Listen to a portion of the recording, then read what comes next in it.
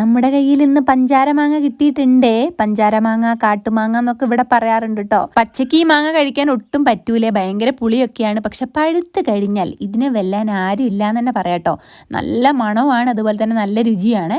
ഞങ്ങളിവിടെ ഈ മാങ്ങ കറിയൊക്കെ വെക്കാറുണ്ട് കേട്ടോ. കഴുകി വൃത്തിയാക്കിയ മാങ്ങയുടെ തൊലി ഈ ഒരു രീതിയിലാണ് ഞാൻ കളയുന്നത് കേട്ടോ. സോറി, തൊലി കളയുന്നില്ല കേട്ടോ. നമ്മളെ ഈ താമരപ്പൂ വിടർന്ന് നിൽക്കില്ലേ, അതുപോലെയാണ് തൊലി ഞാൻ ആക്കി എടുത്തിട്ടുള്ളത്. ഇനി ഇതിന്റെ മുകളിലേക്ക് നമുക്ക് നന്നായിട്ട് മുളക് പൊടി അങ്ങോട്ട് വെതറി കൊടുക്കാം.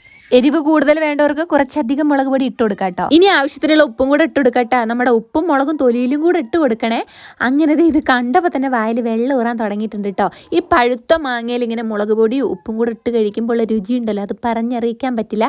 എന്നെപ്പോലെ ഇങ്ങനെ കഴിക്കുന്നവരൊക്കെ ഉണ്ടെന്ന് കമന്റ് ചെയ്യണേ. തൊലിയൊന്നും നമ്മൾ വെറുതെ കളയരുത്, അതും കൂടെ കടിച്ചങ്ങ് കഴിക്കുക. ഇങ്ങനെ കഴിക്കുമ്പോൾ നല്ല മധുരവും പുളിയും അതുപോലെ തന്നെ എരിവും ഉപ്പും എല്ലാം ഉണ്ടാകും കേട്ടോ. പഴുത്ത മാങ്ങ ഈ ഒരു രീതിയിൽ കഴിക്കാൻ ഇഷ്ടമുള്ള കൂട്ടുകാരുണ്ടെങ്കിൽ കമന്റ് ചെയ്യാൻ മറക്കരുത്. അപ്പം ടാറ്റ ബൈ, സീ യു.